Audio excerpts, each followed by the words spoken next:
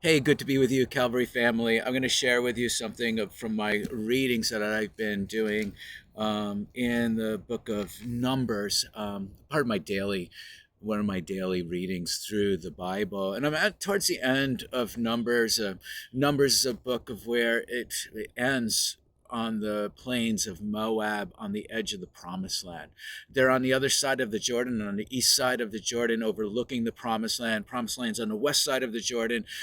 Today the west side of the Jordan is Israel and the West Bank. So Israel has just conquered the armies that came against them, the Moabites, the Amorites, and such, and they're in modern day, which is today, is the nation of Jordan. So Numbers 32. Let me find it here. I'll read it to you. It says this. It says, "Now the children of Reuben and the children of Gad had a very great multitude of livestock. And when they saw the land of Jazer and the land of Gilead, that indeed the region was a place for livestock, the children of Gad, the children of Reuben, came and they spoke to Moses, to Eleazar the priest, and to the leaders of the congregation, saying," here's a bunch of city names: Adaroth, Dibon, Jazer, Nimrah, Heshbon, Eliah, Shebam, Nebo, and Baon, the country where the Lord delivered, or where the Lord defeated before the congregation of Israel, is a land for livestock, and your servants have livestock. Therefore they said, if we have found favor in your sight, let this land be given to your servants as a possession. Don't take us over the Jordan. In other words, don't take us over into the promised land. Don't take us over into the promised land. So give you a quick overview of the book of Numbers. Numbers is in the book of the Torah, of first five books of the Bible. It's really one complete book from Genesis to Deuteronomy. Numbers records the journey of Israel from Mount Sinai, the mountain of God there, to the edge of the promised land, the plains of Moab. So they're overlooking the promised land. That's where where Numbers ends. Okay, they're not in the promised land; they're on the edge of it, on the other side. And so Numbers ends in this encampment there. Deuteronomy picks up from there. It's still on the plains of Moab. Deuteronomy is like Moses' farewell address to Israel. Moses isn't allowed to go into the promised land because the law can never bring you into the promises of God. That's its own study. But Numbers journeys from Sinai to the promised land in a stretch of time that takes is around 40 years and a couple of months. There's whole desert wanderings that happen in the book of Numbers. Deuteronomy, on the other hand, is a span of approximately 2 days, maybe a week, some people will say. So Deuteronomy is about a week long.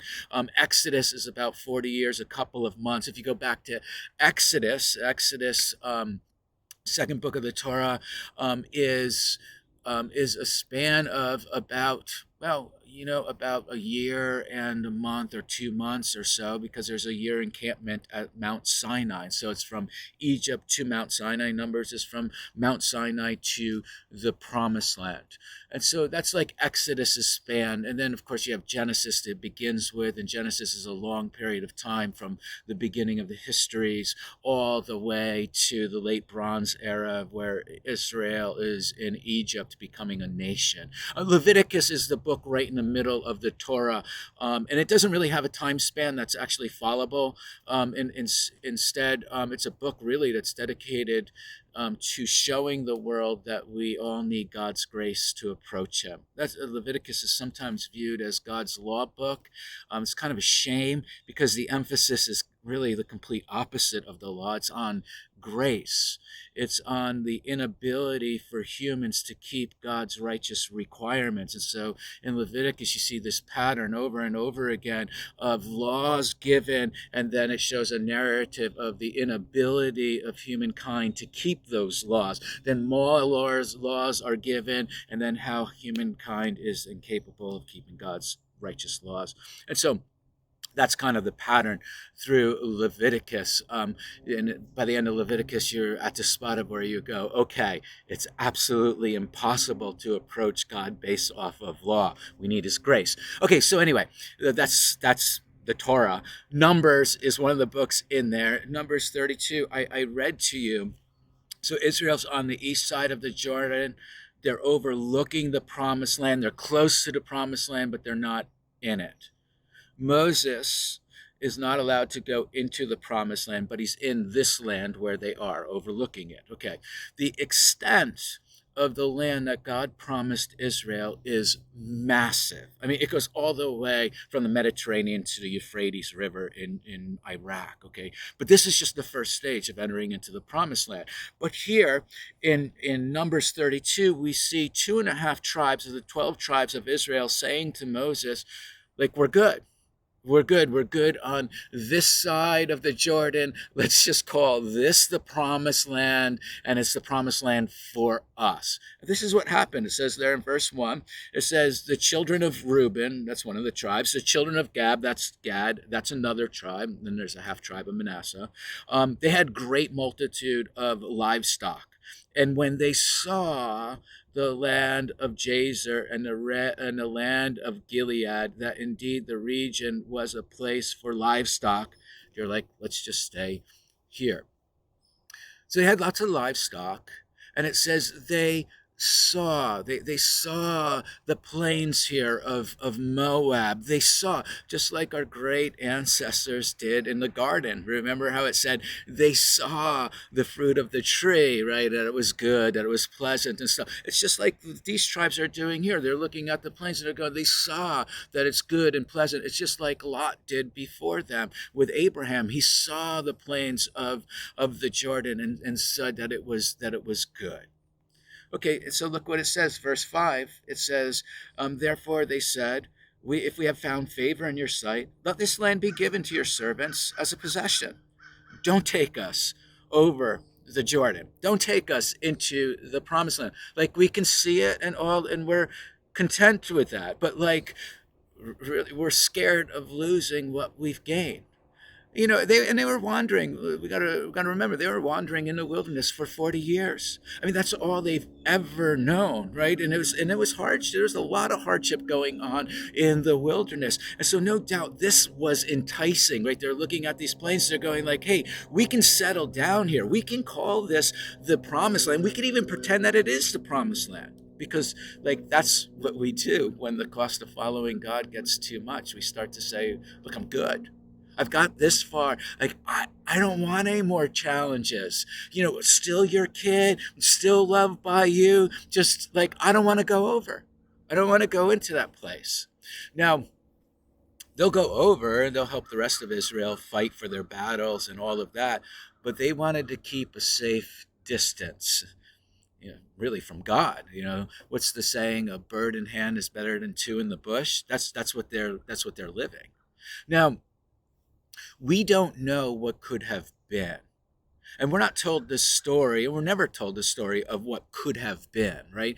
All I can say is God said it was fine. Like I said, all the laws are about the need for God's grace. And here we see the need for God's grace. And God's gracious because that's like who he is. He's gracious. And so he lets them settle there. He lets them settle for his permissible will versus the direct will of God. God allows it. God allows for failure. God allows us to settle with his permissible will. But his true desire is that we would receive the best from him, that we would enter into the direct will of his. But the question is, and again, we can't answer it, but we look at these 2.5 tribes and we just ask the question, like, what are they missing out on that God wanted them to enter into? Again, we don't know. In fact, it might not have been anything tangible. I mean, they're still God's kids. God's still gracious. But I do know this because we have the span of history that we can look at. The promise of the land that God promised to Abraham, it went from the Mediterranean Sea to the Euphrates River. Israel never had the capacity to enter into all the promises of that land. Now, under Solomon, they came close, but then after Solomon, it shrunk quickly again. So we don't know what could have been if these 2.5 tribes entered into the promised land. I mean, God will work with whatever story it is that we give him. If we only want God's permissible will because, it's just too hard and this is good, like he's going to work with that because that's what he does. And yes, he will work it for good. That's just his promise. No, it's actually more than his promise. That's just who he is. But what could it have been? That's the question. What could it have been if we pressed in and pressed through the hard stuff to not just settle for what we have, but enter into the fullness of the vision that God has given to us? These are just some thoughts that I have. We're entering into a new season where collectively we're all seeking to hear from God. I mean, that's our series. Can I hear God? And we're looking at different aspects of that.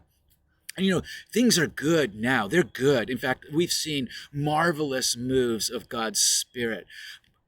But the heart of God for this region is so much greater than even what we're seeing right now. And so the question is, will we be a people who press into him for more of what he desires? Or are we going to be like the 2.5 tribes of Benjamin saying, look, we're good?